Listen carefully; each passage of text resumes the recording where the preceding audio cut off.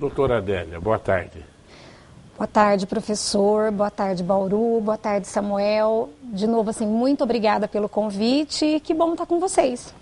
Faz tempo que você não vem. E essa semana me cobraram por e-mail, né? Acho que sempre que você vem é um sucesso pela maneira fácil de você colocar as ideias e que atinge sempre o nosso público de uma maneira excepcional. Vamos começar com hoje a doença do século, sei lá se é a depressão, entendeu? Você vê cada estatística, 30%, 40%, cada lugar, mas é sempre número perto de 1 para 3 vai ter depressão pelo menos uma vez na vida. O que está acontecendo que está pegando cada vez mais também a juventude, Adélia? Bom, professor, então, assim, eu prometi para o senhor que cada vez que eu for vir aqui, eu vou tentar abordar por um lado do tema. Eu acho que são várias coisas que fazem a gente ter um número maior de diagnósticos de depressão de infância e adolescência. Então, primeiro, a gente tem tido um maior número de diagnósticos. Antigamente, a pessoa ia ser vista como rebelde ou incompetente em alguma área e não seria abordada a sua dificuldade. Também, a gente tem visto um maior número de estresses ambientais, os estresses da vida moderna.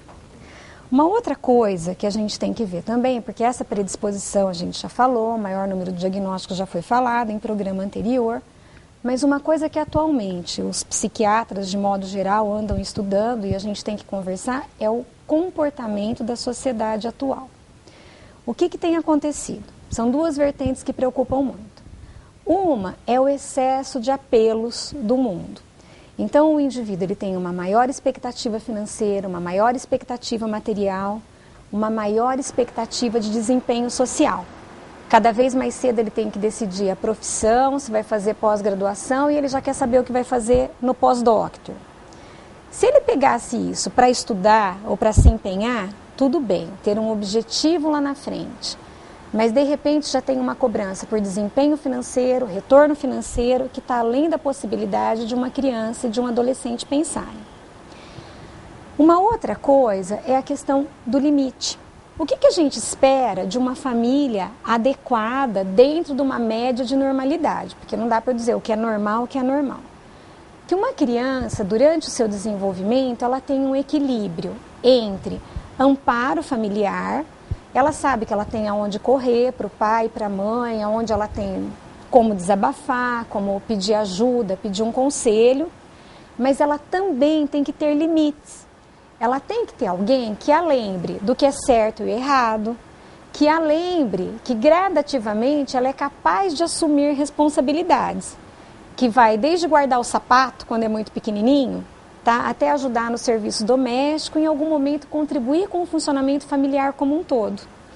Esse parâmetro que a gente pode achar que é um excesso de exigência, na realidade, para a criança e para o adolescente é um apoio. É uma sensação de que ele está cumprindo a parte dele. Às vezes, pais, mães, tios, avós, que são muito permissivos ou continentes demais, porque demais nada é bom. Tá? E não vão colocando objetivos e regras para essa criança, para esse adolescente. Por um tempo ele pode se sentir muito protegido e depois ele se sente solto na vida. E ele não tem mais a sensação de capacidade dele. Então é assim, como ele vai ser um profissional um dia, se ele não consegue nem arrumar a cama dele? Como ele vai fazer uma grande contribuição para o mundo, que é isso que se espera, se ele não consegue contribuir nem para lavar louça? Ele tem que acreditar na capacidade dele. Então, contribuir não é um castigo, é um prêmio para essa criança, para todos. Então, a gente vê que pessoas que chegam no final da adolescência muito soltas, elas tendem a deprimir também, porque não conseguem acreditar na sua própria capacidade de ser gente, de contribuir com o mundo. Usado, né? A expectativa demais, eu poderia dizer isso, é um sinônimo de infelicidade. Exato. É diferente de ter objetivo. Claro. A gente tem que ter as expectativas crescendo num contínuo. As responsabilidades e a importância crescendo nunca tinha pensado nisso, num contínuo.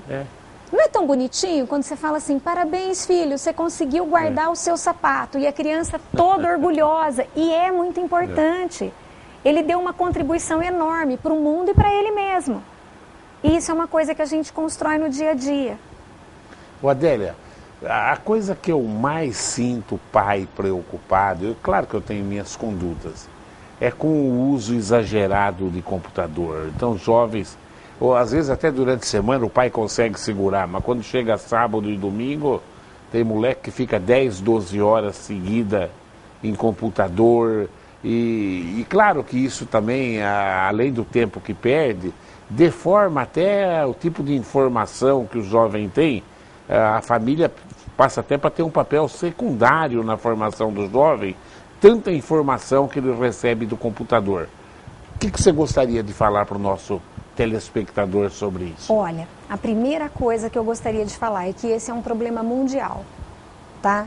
Mães e pais não tenham medo de conversar sobre isso, tá? Porque eu tenho visto isso na clínica, eu tenho visto isso na escola onde os meus filhos estão estudando e sem vergonha nenhuma de dizer que eu tenho visto isso na minha casa. Então, como não existe uma conduta uniforme, a gente vai ter que conversar.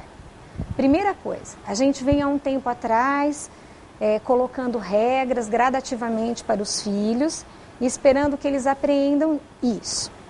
Só que a questão do computador, ele é um apelo muito grande. Eu, enquanto adulta, amadurecida, eu fico muito tentada a entrar em contato à noite com uma amiga minha que mora a 500 quilômetros de distância ou do outro lado do mundo. Só que eu sei que eu preciso ter um tanto adequado de horas de sono, eu não posso perder meu tempo conversando com ela ao invés de conversar com meu filho. Eu me policio. O meu filho, que ainda é adolescente, a gente vai orientar, vai explicar, mas pais, atualmente o conselho está sendo assim, não se furtem da necessidade de impor, porque isso está sendo importante. A gente vai ter que pôr limite de horas, porque interfere sim. Os adolescentes estão perdendo horas de sono que interferem com o seu desempenho escolar e eles estão perdendo valores. E aí é importante os pais verificarem o que eles estão vendo e não fugirem da necessidade de orientar. Desculpa, eu vou me estender porque esse é um assunto extremamente importante. Por quê? Vai desde o básico. Foi feito um estudo há um tempo atrás que foi super divulgado na televisão, em que eles pegavam adolescentes no computador, num iPad ou celular, jogando e caía um objeto à frente. Eles não se davam ao trabalho de levantar para pegar. Eles não se davam ao trabalho de recolher um objeto de um outro adulto, de alguém, de colaborar ou de manter o ambiente limpo. A internet, se bem utilizada, é uma coisa extremamente legal. Eu já vi programa na internet ensinando criança a fazer maquete, ensinando a fazer armadura de papelão, ensinando a brincar, trazendo informação, trazendo pesquisas que a gente ia demorar muito tempo. Muito legal. Mas a gente tem visto coisas na internet que podem deformar o desenvolvimento de personalidade e caráter. Por exemplo, não é aquela pornografia escrachada que qualquer um vai achar pornografia, mas o excesso de exposição do físico. Ah, mas só eu tô vendo, e antigamente o menino ia ver a revista, ia ver a Playboy e ia ficar tudo bem. Não se poupem de dizer, olha filho, eu me sinto constrangida de ver isso, eu não gostaria que você se expusesse dessa forma. Isso não é o habitual, porque de tanto ver eles estão achando que é o normal. Meu filho, se a sua namorada te mandou uma foto, eu vou pedir que você considere isso como uma fotografia e guarde só para você, mas toma cuidado, porque se cair em rede, esse adolescente não tem condição de arcar com a consequência disso. E no último caso, eu acho que os pais vão ter que impor, mesmo, não é para ver pornografia. Violência, jogos violentos. Existe uma questão que o adolescente ele vai reviver os conflitos da adolescência. E a gente vai ter que reforçar os conceitos de ética. Quando quando uma criança pequena bate em alguém, a gente vai ter que orientar assim, ó, doeu, tá? Então não é adequado você fazer isso com outra criança. Não faça com os outros aquilo que você não quer que façam com você. Não faça com os outros aquilo que pode imputar um sofrimento gratuito, não tem uma razão de ser. Isso não é ético. Como não é ético eu assistir a briguinha do amigo, não é ético eu ver violência. E de repente eu pego crianças jogando no videogame, joguinho de dar murro um no outro. E você achou bonito? Eu digo, não, eu não acho bonito. Eu não gosto de ver cenas onde as pessoas se esmurram gratuitamente. Essa criança está aos poucos perdendo a sensibilidade para situações de violência. Nós não queremos criar crianças. O burro ainda que não... é o de menos. Passa o cara com a metralhadora matando Sim. gente na rua, correndo, né? Caindo pedaço de braço, perna. Então, os pais vão ter que puxar para si a responsabilidade de dizer, eu não gosto disso, eu não acho isso bonito, isso não é adequado. A internet é uma ferramenta maravilhosa, tá? Desde as questões lúdicas até as questões profissionais, a gente tem visto cursos excelentes online, a gente tem visto oportunidades de crescimento muito grandes. E a questão lúdica, como é bom eu ter contato com a minha família inteira. Eu tenho primos que moram em diferentes regiões e a gente se comunica, né?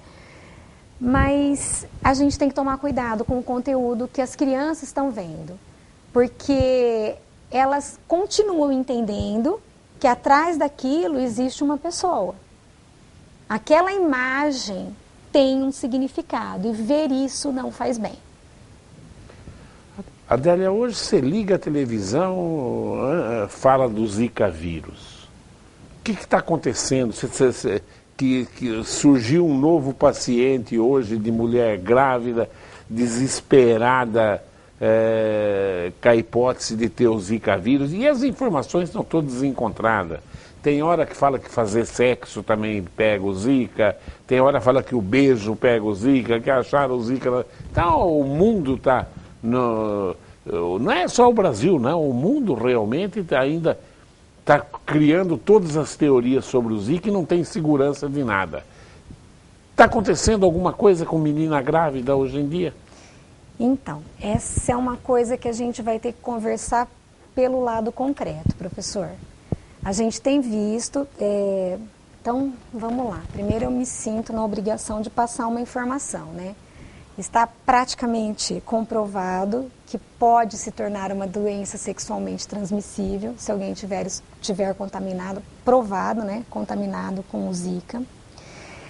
Pode ser transmitido pela saliva e até agora não se consegue dizer com certeza o nível da agressividade da lesão neurológica que causa na criança de uma mulher portadora do Zika.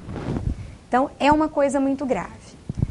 Eu vou lembrar para vocês, nos anos 80, quando se começou a estudar o HIV, né, que as pessoas não tinham certeza de muita coisa. Então, o que a gente vive nesse momento?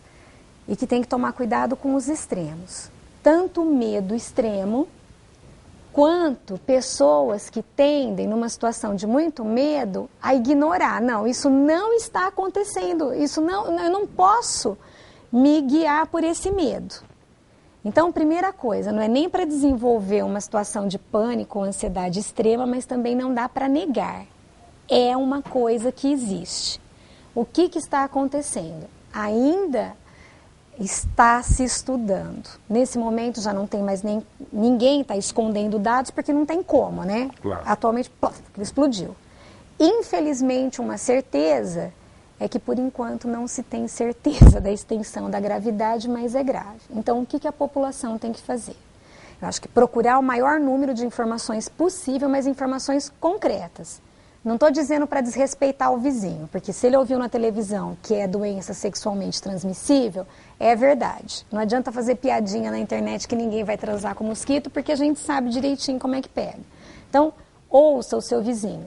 Mas procura o posto de saúde mais próximo, que já teve treinamento e as pessoas, os profissionais, estão orientados de como você vai fazer para se prevenir. que isso sim é o que é possível fazer. Então, todos os cuidados para não ter contaminação, não ter Aedes na sua região.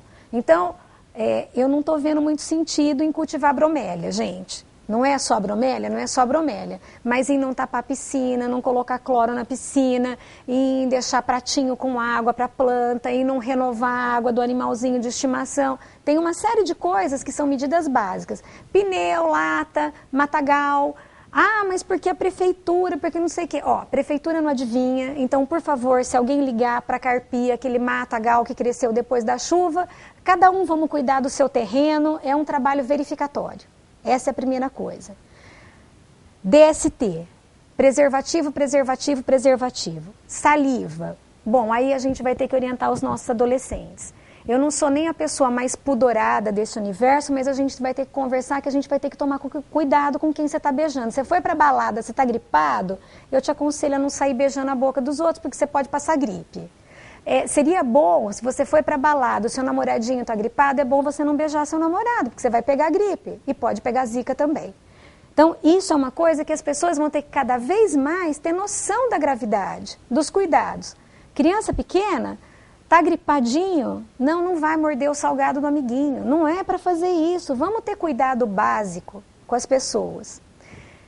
Mulher adulta. Essa é uma coisa que está muito grave. Já teve infectologista que falou, eu orientaria a tomar cuidado com gestação neste momento. Essa é uma informação de um peso muito grande e muito difícil de se fazer, tá? Porque existem várias coisas. Se você tem 22 anos, está recém-casada e está organizando a sua vida, realmente, eu orientaria você a guardar. Se você tem 42 e está querendo engravidar nesse momento, eu acho que a primeira coisa é tomar todos os cuidados possíveis para não haver contaminação. Sem pânico, é coerência. Deixa eu ver, ó. Flávio Parri Solange. Eu vou ler porque é o Flávio, passar na frente de tudo aqui. Ó. Professor Duda, nós te mandamos um grande abraço do fundo do nosso coração. Estamos com saudades. O programa está muito bom hoje. Já o Flávio vai até a escola para tomar café com você. Um abraço. Flávio Parra é um jornalista. Conhece o Flávio Parra? Conhece, né? É um jornalista. Foi em Bauru um jornalista policial, excepcional, durante décadas e décadas e décadas. Solange é a esposa dele, é um casal extremamente simpático. E estou te esperando para tomar um café comigo lá, viu, Flávio? E obrigado, você está gostando do programa. O que é essa palestra que você vai dar para funcionários da prefeitura aí, Adélia? Essa é uma coisa legal também. Existe um projeto, não é só da prefeitura de Bauru, são as prefeituras do Brasil, né, que é o projeto de escola de governo. Vou falar um pouquinho do que acontece em Bauru, estimulado que o funcionário tenha gradativamente uma capacitação, né, e profissionais da cidade ou às vezes de fora que se sintam capacitados a falar sobre algum tema em que gere um desenvolvimento humano e profissional. Eu me propus a fazer esse trabalho e tem sido uma coisa muito gratificante. Já falei sobre depressão, ansiedade, síndrome de Burnout, trabalho em equipe. E o ano passado me pediram para falar sobre saúde mental feminina, o desenvolvimento da saúde mental ao longo da vida. E esse ano eu gostaria de dar um enfoque no poder que a mulher pode ter ao longo da sua vida quando ela conhece as suas dificuldades. Eu vou até fazer um meia-culpa aqui, né, que tem alguns alunos da faculdade que às vezes me pedem para responder por e-mail, nem sempre eu tenho conseguido. E o Adam, que é um menino que trabalha com publicidade, que deve estar vendo agora, ele me pediu isso ano passado, eu tinha acabado de dar a palestra e eu acabei não conseguindo mandar, esse ano eu te mando assim que estiver pronto, Adam. Existe o seguinte, então, há um tempo atrás, se a gente pensar em termos de história, 150 anos não é nada. Tem menos de 150 anos, muito menos, eu não vou lembrar a data exata, mas que as mulheres podem votar no Brasil, tá? Então, há um tempinho, não tão distante assim, a mulher era um ser humano de segunda categoria e tinha uma explicação do porquê disso, né? o homem se sentia assim, subjugado por um poder de sedução muito grande do ser humano feminino que ele não entendia, né? Que alterava o humor. Então era melhor largar em casa. A gente vai transar com esse ser humano, a gente vai cuidar dos filhos, vai parir, vai ter filho, não vai encher o saco e eu não mando. Até que de repente começaram a perceber que aquele ser humano, ele tem uma capacidade criativa e ele tem a sua maneira de resolver problemas. Só que sofre alterações. Então, se não bastasse a mulher ter um pool de hormônios na adolescência que faz com que ela tenha uma força criativa, mas uma irritabilidade. Depois ela tem uma estabilidade desses hormônios que ajudam ela a manter o humor em ordem, a disposição em ordem ao longo da vida, mas que oscilam durante a gestação, tá? E depois vai ter um declínio disso na menopausa, ela ainda oscila todo mês. Então ela é mais suscetível a situações de depressão e ansiedade. Não me estendendo demais, quando uma mulher reconhece as suas dificuldades e os seus sentimentos, ela consegue lidar melhor com os estresses do dia a dia. E ela tem um talento todo especial para trabalhar em equipe, para organizar ambientes de trabalho. Então é este poder, nesse sentido. Ao mesmo tempo, a mídia também é cruel. Há uns 40 ou 50 anos atrás, a população envelhecia mais cedo e as mulheres envelheciam mais cedo também, né? Mais ou menos elas se contentavam com isso. Atualmente, a gente sabe que a gente vai demorar para ter um envelhecimento, inclusive físico. Então, é muito possível você ter 60, 70, 80 anos e ter, inclusive, uma vida sexual satisfatória. Você ter a beleza compatível com a sua idade. Mas aí vem aquele apelo cruel do mundo. Bom, então você tem que ter uma beleza jovem. O que é uma beleza jovem? Isso também vai ser abordado.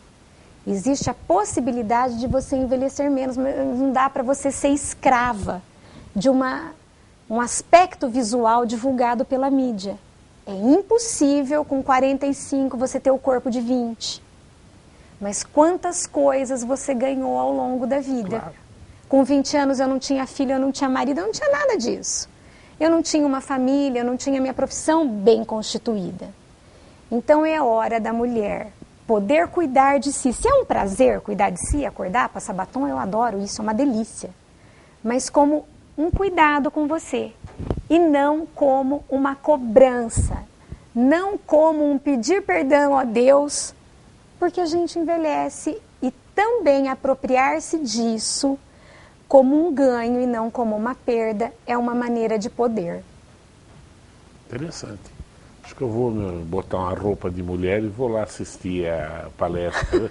Entendeu? Para o homem também serve, gente. Ô Adélia, não dá para não enxergar a crise nacional isso.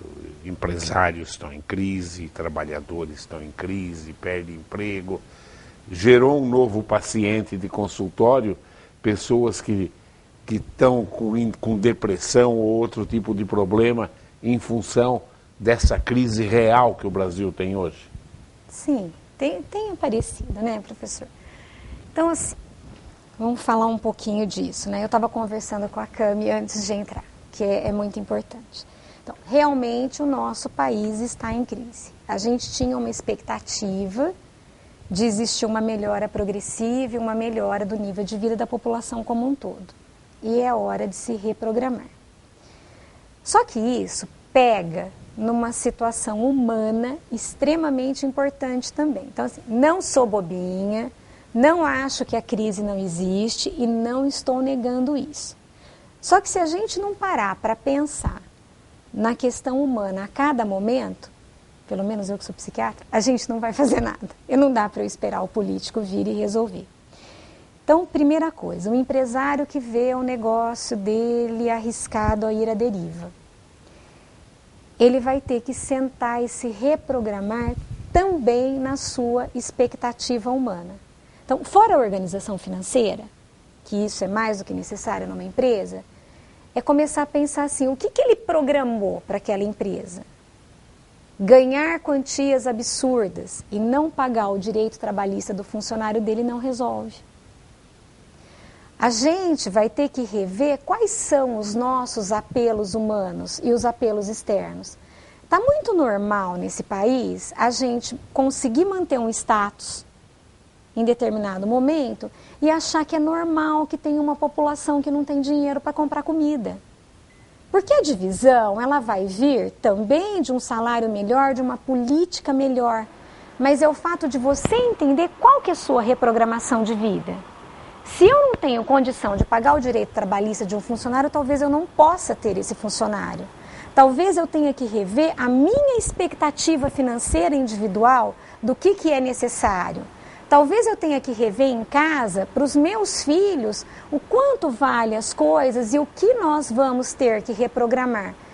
A gente passou por um boom ilusório e está na hora de, enquanto ser humano, a gente ter que rever isso. É muito importante. Gozado que ontem eu falei com mais ou menos isso, né?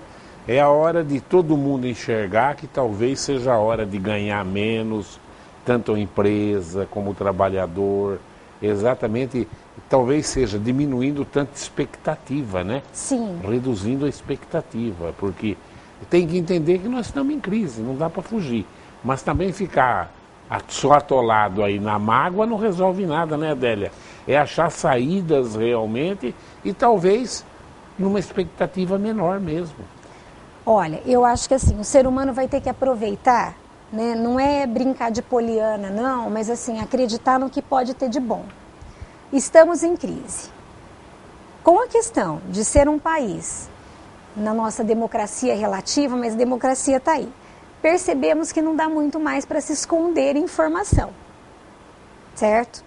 Então eu vou aproveitar o que houve de bom em que sentido? Eu tenho que ser capaz de me reprogramar. Se alguém aparecer na televisão e dizer, olha, a crise não existe, comprem, parado lá. Eu vou ter que rever o quanto eu acho que eu tenho canela para pagar. Eu vou ter que rever o que eu acho realmente importante. E eu vou aproveitar, já que a informação se divulgou, para reprogramar a minha vida. Cada um vai ter que se rever sim, professor, eu não vejo outra saída. Até em termos de crescimento humano, para esse país estar integrado com o resto do mundo. Interessante isso que você colocou. Às vezes as pessoas, numa hora dessa, que tem uma certa compulsão por compras, devem estar infinitamente infelizes, né, Adélia? Sim. E aí é hora da gente rever, será que é normal mesmo essa compulsão? E de novo, cadê a sua responsabilidade sobre você? Se aparecer um político agora na televisão dizendo, gente, olha, é uma ilusão de ótica, amanhã pode todo mundo sair comprando, você vai acreditar nisso?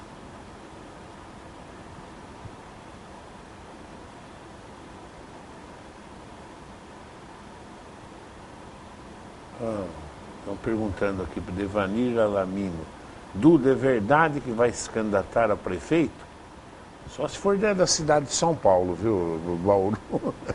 De jeito nenhum. Olha, botaram lá e outros já estão falando que eu mereço. Mereço o quê? Isso daí você não gosta de mim. E gente elogiando você, Adélia, um montão. Ó, Paulinho fez uma seleção aqui, só pontos positivos para você, viu? Fernanda. Quem que é a Fernanda Sartori? A Fernanda é a esposa do Fauzi. Ah, de Marília. De Marília. Pelo amor de Deus, Fernanda, perdão, Fernanda. Tô com saudade, Fernanda. Estão assistindo lá de Marília, então um beijo para você, um beijão, Fernanda. Um beijão para as meninas e para o Fauzi. O Fauzi, depois que virou avô, vou te contar, viu? Tá vozão. Ele é o melhor avô da América Latina já, entendeu? Ele ainda vai ser do mundo. Explicando, Bauru, Dr. Fauzi, anestesiologista. A Fernanda é a esposa dele, advogado. O Dr. Fauzi formou junto com o Nilson, com o José Eduardo Marques. A Clarissa virou neta do professor. Clarissa virou neta e me deu o primeiro bisneto meu. E já vem outro aí, a Paula está grávida também. Eu vi. A Paula é a veterinária, filha do Zé Eduardo e da Mônica também. Parabéns, Zé Eduardo e Mônica. Já 2 bisnetos. Eu tô Eu só tenho 6 filhos, 9 netos e já 2 bisnetos. Muito chique, muito chique. E o cara ainda falando se eu quero ser prefeito de Bauru. Eu se eu for louco, né? Não consigo nem visitar a minha prole, Devanir, mas obrigado pela lembrança. Realmente, uma preocupação hoje. Vamos admitir, que conselho você daria para um pai? O meu filho, a minha filha chega hoje e me comunica. E eu nunca imaginei isso. Pai, eu sou homossexual. Que bom que você confiou em mim para me contar isso, filho. Eu acho que é a primeira coisa. Que bom que você confiou em mim para me contar. Existem algumas coisas que a ciência não consegue comprovar a causa. Ninguém vai conseguir responder para vocês, neste momento, se a criança nasceu geneticamente programada, se foi em algum momento da vida dela. Mas a partir do momento em que ela sentiu-se com uma orientação homossexual, existem uma gama de possibilidades. Eu acho que vai ter que ser visto se essa pessoa tem certeza, certo? O auxílio é para que ela decida em si, às vezes ela vai precisar pensar na possibilidade, como ela se identifica, se ela se identifica com o sexo oposto ou não, e dá para ela a oportunidade de expor-se. Uma vez definido, vai ter que ser visto se ela é um homossexual egocintônico, ou seja, se ele consegue sentir-se feliz e confortável, ou se ele está egodistônico. Em que, estando egodistônico, ele vai precisar de ajuda para sentir-se o mais confortável possível com a opção, com a orientação, a possibilidade sexual dele. Eu acho que a primeira coisa para os pais é reconhecer os próprios sentimentos e colocar isso para o filho de uma maneira sincera, certo? Filho, olha, estou preocupado. Porque às vezes a gente vê muito pai assim, não, eu não aceito. Mas porque aquele pai está sofrendo. Então a primeira coisa, pai, olha, diz para ele, eu estou preocupado, eu não sei como é lidar com isso. Mas que bom que você confiou em mim. E vamos conversar. Eu já vi de tudo. Já vi pais que conseguiram se abrir e ter uma amizade imensa com os parceiros dos filhos. Pais que pediram um tempo. Olha, eu te aceito, filho, imensamente, não estou conseguindo agora. Tá em turma. Pais que colocaram algum limite. E aí a gente às vezes orienta assim, olha, como é que eu vou conversar sobre sexualidade com meu filho? O senhor vai conversar com sexualidade com seu filho.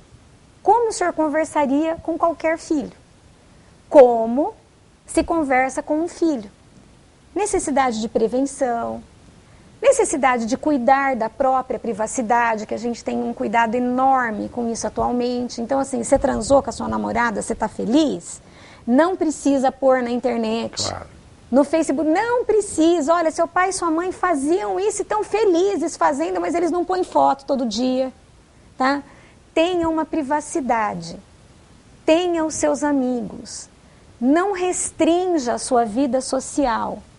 Da mesma forma, você não precisa esconder, mas não precisa expor de uma maneira que seja agressiva com você mesmo. Eu tenho visto de uma maneira muito feliz muitos pais e mães conseguirem conversar a respeito dos seus medos. E às vezes no final a gente consegue perceber assim, eu só queria que meu filho fosse feliz. Olha, é muito possível seu filho ser feliz. Né? A primeira coisa, que bom que ele está perto de você. E ele continua tendo amigos, ele continua tendo as capacidades, ele vai estudar, ele vai trabalhar, ele vai ter a vida dele. E isso é muito bom, vamos conversar, né? Viver. Não é fácil, gente. Eu entendo os pais que têm medo, eu entendo os pais que têm dificuldade, mas é muito melhor procurar alguém para falar dessa dificuldade do que agredir, do que rechaçar, do que querer esconder. Isso não funciona e você pode estar perdendo uma oportunidade enorme de conviver com esse filho, de apoiar esse filho, de dar para ele o amor que ele precisa e receber o amor que ele está te dando, em forma de confiança, inclusive. Muito bom, muito bom. Agora meu filho é diferente. Agora meu filho chega e fala assim, pai, eu estou puxando fumo. Não faz mal, isso não faz mal. Meus amigos dizem que não faz mal, não vicia, nada. O que você falaria para um pai, para esse filho? Faz mal, meu filho. Faz mal. Essa é uma coisa complicadíssima, né? Assim, atualmente, igualzinho a um tempo atrás, eles faziam a vaquinha para cerveja, eles estão fazendo a vaquinha para cannabis. Esse está sendo um desafio grande da sociedade, também porque o apelo anda muito grande. De novo, que bom, meu filho, que você me contou. Nesse momento o pai já está assim, sentindo que levou um soco no peito, né? Então assim, que bom, meu filho, que você me contou. Agora, já está mais do que comprovado que faz mal, sim. A pessoa, no mínimo, vai ter uma lentificação de pensamento, lentificação de aprendizado, um certo anestesiamento para situações de vida. Não faz bem. Vamos conversar, ver qual que é a sua possibilidade para ficar sem, qual que é a sua proposta. Eu não costumo desejar o mal para ninguém. Assim, é uma coisa horrível, não faz bem, né? Mas teve um desserviço para a humanidade que, infelizmente, teve uma consequência trágica que foi menos divulgado do que eu gostaria, do que se tivesse sido. Existia um estudo, uma hipótese antigamente, que a cannabis modificaria o limiar para a dor. E aí saiu assim na mídia. Existe gente que diz que maconha trata câncer. E aí você vai explicar uma vez para adolescente, 2, 3, 4, 5 milhões de vezes que não é isso. Está dito que o uso da cannabis pode modificar o limiar para a dor em pacientes terminais. Ele ajuda a diminuir a dor oncológica. Mas é aquele terminal mesmo, tá? Só que ninguém sabe qual que é a dose, qual que é a forma adequada para ser utilizado, entendeu? É diferente de você achar que recreativamente maconha faz bem, é uma coisa diferente. Foi feito um estudo nos Estados Unidos sobre o uso terapêutico da cannabis. E um dos pacientes voluntários, que deve ter utilizado uma dose muito grande, teve morte cerebral. Isso deveria ter sido muito mais divulgado.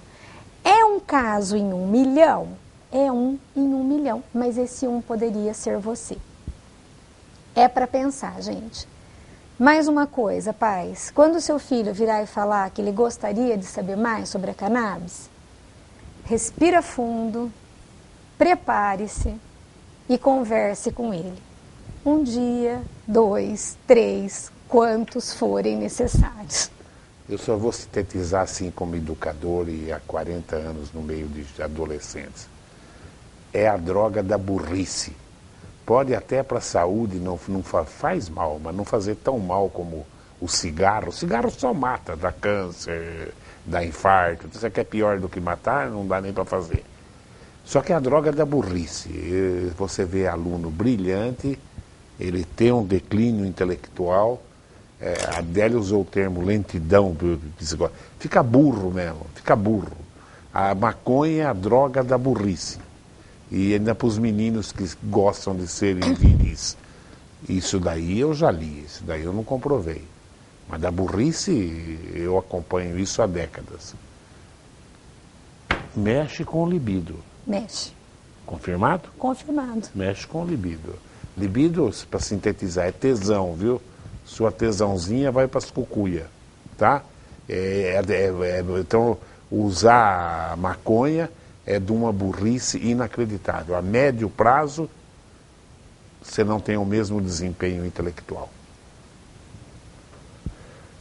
Eu ia parar, mas essa pergunta aqui também é Sandra da Vila Falcão. Ela fala, doutora, tem um conhecido meu que é bipolar e ele toma lítio.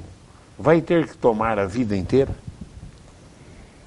Então, até o prezado momento, a melhor resposta é, ele vai tomar muito tempo. Entendeu? Talvez ele tenha que tomar a vida inteira, sim, Sandra. Existe uma coisa no transtorno bipolar que há um tempo atrás... remédio para pressão você não toma a vida inteira? Obrigada, professor. É verdade, eu tomo remédio para pressão. Existe uma questão assim, há uns anos atrás a gente tinha estudos que diziam 5 anos sem oscilação alguma de humor, você está autorizado a reduzir a dose. Mais um tempo X, você pode pensar em discutir a necessidade de profilaxia ou não, principalmente quando o indivíduo chega na idade madura. 45, 50 anos. O que a gente tem visto? Então, primeiro eu negocio assim com o meu paciente. Eu quero 5 anos sem oscilação nenhuma. E isso não é um castigo. Exatamente, é um medicamento que você vai tomar, não vai te fazer mal algum. E tomando esse medicamento, você vai tocar a sua vida. Você vai trabalhar, namorar, estudar, você vai produzir enquanto ser humano. Certo? Eu acho questionável você retirar um medicamento e deixar esse paciente correndo o risco de ter um novo surto e perder profissão, casamento e a vida fora. Eu espero mais ou menos ter resolvido sua dúvida. Respondeu sim, direitinho. O que você gostaria de colocar mais para o nosso telespectador? Vamos ver se daqui uns 40 dias você volta aqui, viu? Agradeço sempre o convite, professor. Uma colocação importante para o nosso telespectador. Olha, eu acho que de tudo que eu falei, gente, o professor quando me convida aqui, ele vem com uma série de coisas. Vamos conversar a respeito disso? Eu falei, vamos. Sabe por quê? E não querendo ser repetitiva, eu acho que a cada acontecimento da nossa vida, eu nunca vou deixar de cobrar as condições sociais ou as condições adequadas para a gente viver. Mas a gente tem que ver também a dimensão humana. O que eu, enquanto indivíduo, com meu psiquismo, com meu funcionamento mental, com meu comportamento, posso contribuir para cada situação ser diferente. Esse é um crescimento individual, humano, e um crescimento da humanidade como um todo. E demais, gente, assim, qualquer dúvida que vocês tiverem, podem me procurar por e-mail, Facebook, na TV, na secretaria, eu estou à disposição. Muito obrigada por vocês me ouvirem de novo. Obrigada, Adélia, professor. obrigado pela presença. Viu? Eu agradeço, professor. Tá aí. Tem algumas pessoas que quando vêm aqui, realmente o povo fica atento ouvindo e depois me manda um montão de perguntas pelo Face, né, de observações. Um é o Dr. Nardi. O Nardi lançou um livro ontem, viu? Eu estava lá ontem. Você foi? Eu fui. Então, ontem à noite eu tive uma reunião na escola, uma TV Prevê, foi, claro, né? Foi concorrida? Olha, foi super concorrido. Aí eu fui conversar com ele, né? Assim, eu não tinha um contato anterior com ele, era mais o Nilson que tinha. E eu achei muito legal a abordagem que ele fez de contar historicamente a necessidade de cuidados. Aí, como eu sou muito xereta, né, na fila de autógrafo, eu já fui lendo o livro, já falei, olha, eu estava esperando uma fala sua, eu queria que você falasse aqui pra gente. E aí estou para entrar em contato com o Nardi para passar a minha observação da abordagem dele. Foi muito interessante. Eu tentei cantar ele para ele me dar um livro, ele falou, não, você compra o livro e depois nós discutimos. Canta ele para vir aqui e falar com a gente. Não, ele vai vir agora para nós. Deixa eu ler o livro primeiro, aí ele vem para falar do livro. Aqui nós vamos... Preciso assistir. O Nardi é meu médico, inclusive. Foi meu aluno, hein? Você vê como eu estou... Não, teu marido foi meu aluno também. O senhor está um adolescente, professor. Eu entrei, como é que chama quando entra... curtiu de uma vez, agora entrou no CERN, o caboclo fala no CERN. Que bom que fosse verdade isso, né? Mas é verdade, é verdade. O marido da Adélia, o Dr. Nilson, foi meu aluno no Prevê, ele, o irmão, o outro irmão, e de uma família de gente trabalhadora, formou 2 médicos, um advogado. Isso. Né? 2 médicos, um advogado, um agrônomo. Tem um agrônomo também, isso é. 2 O agrônomo está onde? Ele está aqui em Bauru. Está em Bauru? Está em Bauru. E gente de bem do meu coração. Então tá aí, Nilson, um abraço para você, viu? Já tentei trazer o Nilson aqui várias vezes, ele fala, Duda, isso é Cadélia. Eu não gosto de aparecer na televisão. O Zé Eduardo já trouxe ele no programa do Zé? Zé Eduardo não conseguiu. Não eu conseguiu tentei. Tá, fiz uma campanha, ele falou que ele não gosta de falar na televisão. Eu tenho que respeitar. Sabe que eu fui na formatura do Nilson. Você não formou no mesmo ano dele? Não, eu formei depois, 2 anos depois. Ele e o Zé Eduardo formaram no mesmo ano. Eu fui na formatura deles. Bom, tá aí. Eu agradeço a sua audiência e continue ligado aí nos horários alternativos da TV Prevê. Tchau.